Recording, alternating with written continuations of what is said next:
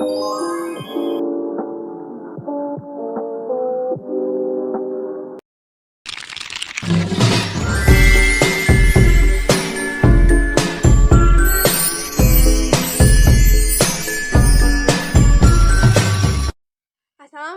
warahmatullahi wabarakatuh.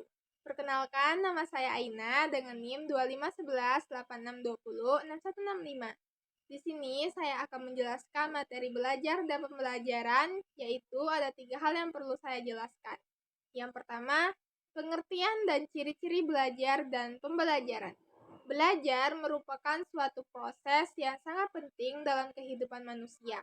Karena melalui belajar, seseorang dapat mengalami perubahan dalam dirinya. Secara umum, belajar dapat diartikan sebagai proses perubahan perilaku yang terjadi sebagai hasil dari pengalaman dan interaksi individu dengan lingkungannya. Perubahan perilaku tersebut tidak hanya terbatas pada aspek pengetahuan saja, tetapi juga mencakup sikap, nilai, serta keterampilan yang dimiliki oleh individu. Perubahan yang dimaksud dalam proses belajar bersifat relatif permanen.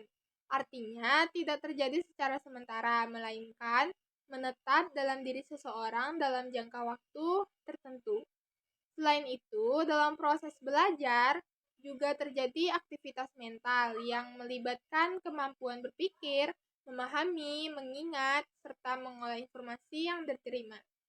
Dengan demikian, belajar bukan hanya sekedar menerima informasi, tetapi juga bagaimana individu mampu mengolah dan memakai informasi tersebut sehingga menjadi pengetahuan yang bermakna.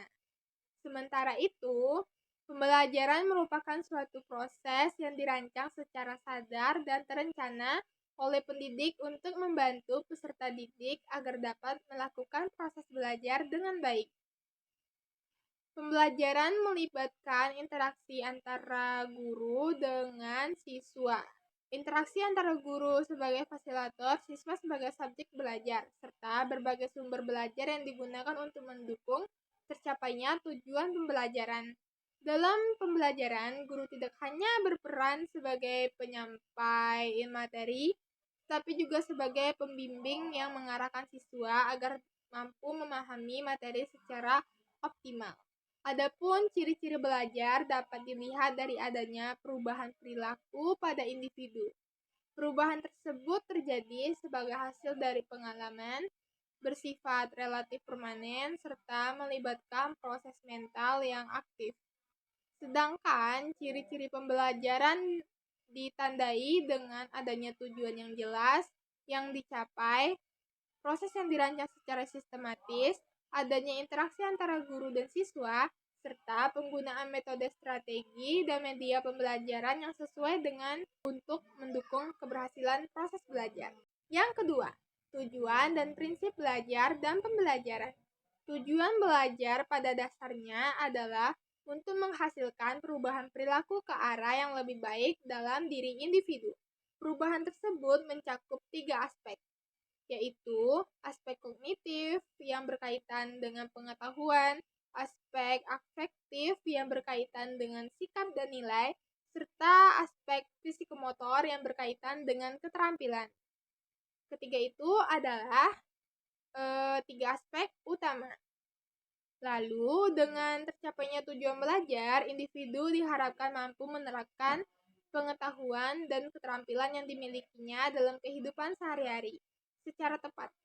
Sedangkan tujuan pembelajaran lebih bersifat terarah dan terencana, yaitu untuk membantu peserta didik mencapai kompetensi yang telah ditetapkan dalam kurikulum. Pembelajaran yang efektif tidak hanya berfokus pada hasil akhir berupa nilai, tetapi juga memperhatikan proses yang dilalui oleh siswa selama kegiatan belajar berlangsung. Proses pembelajaran yang baik akan memberikan pengalaman belajar yang bermakna bagi siswa, sehingga pengetahuan yang diperoleh dapat bertahan lebih lama. Dalam pelaksanaannya, terdapat beberapa prinsip belajar dan pembelajaran yang perlu diperhatikan oleh pendidik.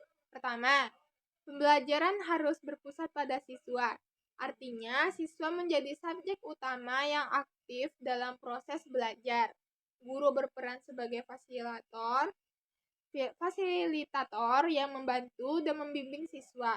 Kedua, belajar harus bersifat aktif, di mana siswa melibatkan secara langsung dalam kegiatan pembelajaran, baik melalui diskusi, tanya jawab, maupun praktik. Yang ketiga, pembelajaran harus memperhatikan perbedaan individu, karena setiap siswa memiliki kemampuan, minat, dan gaya belajar yang berbeda-beda. Oleh karena itu, guru perlu menyesuaikan metode pembelajaran agar dapat mencapai seluruh siswa. Selain itu, pemberian motivasi juga menjadi prinsip penting agar siswa memiliki semangat dalam belajar. Prinsip lainnya adalah penggunaan pengalaman langsung dalam pembelajaran, sehingga siswa dapat memahami materi secara lebih nyata. Terakhir, pembelajaran harus disusun secara bertahap dan berkesinambungan agar siswa dapat memahami materi dengan lebih mudah. Yang ketiga, behavioristik dan konstruktivistik.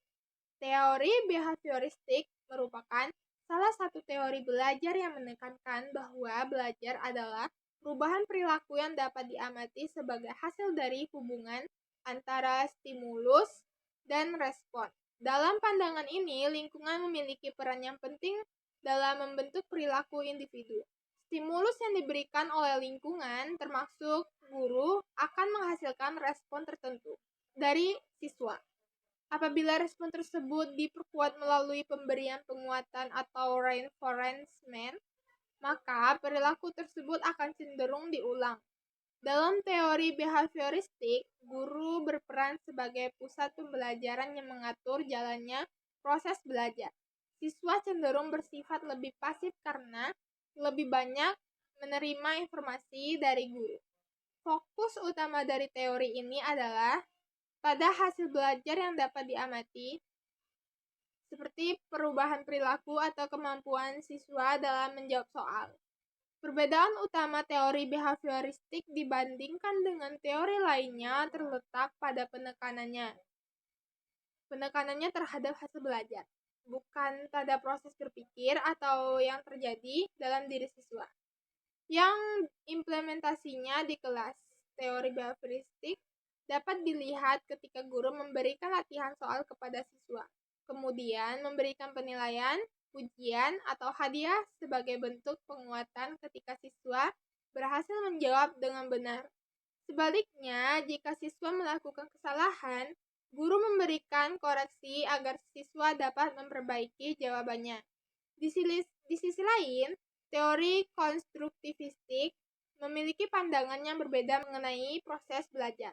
Teori ini menyatakan bahwa belajar adalah proses aktif di mana siswa membangun sendiri pengetahuannya melalui pengalaman dan interaksi dengan lingkungannya. Pengetahuan ini dapat begitu saja dipindahkan dari guru kepada siswa, melainkan hasil dikonstruksi oleh siswa melalui proses berpikir. Dalam teori konstruktivistik, siswa menjadi pusat pembelajaran, sedangkan guru berperan sebagai fasilitator yang membantu siswa dalam memahami materi. Fokus utama teori ini adalah pada proses belajar, bukan hanya hasil akhir. Siswa didorong untuk aktif bertanya, berdiskusi, serta menemukan sendiri konsep yang dipelajari. Perbedaan yang sangat jelas antara teori konstruktivistik dan behavioristik terletak pada peran siswa dan guru. Dalam konstruktivistik, siswa bersifat aktif dan mandiri dalam pembelajaran, sedangkan guru hanya berperan pembimbing. Sementara dalam behavioristik, guru lebih dominan dan siswa cenderung pasif. Dalam implementasinya, pembelajaran konstruktivistik dapat dilakukan melalui berbagai kegiatan seperti diskusi kelompok, pemecahan masalah, eksperimen, serta pembelajaran berbasis proyek. Misalnya, siswa diberikan suatu permasalahan, kemudian diminta untuk mencari solusi melalui diskusi dan kerjasama. Dengan cara ini, siswa tidak hanya memahami materi, tetapi juga mengembangkan kemampuan berpikir kritis dan kreatif. Tokoh-tokoh yang terkenal dalam teori behavioristik antara lain Ivan Pavlov, B.F. Skinner, dan Edward Thorndike yang menekankan pentingnya stimulus dan respon dalam proses belajar. Sedangkan tokoh dalam teori konstruktivistik antara lain Jean Piaget dan Lev Vygotsky yang menekankan bahwa pengetahuan dibangun melalui proses interaksi dan pengalaman.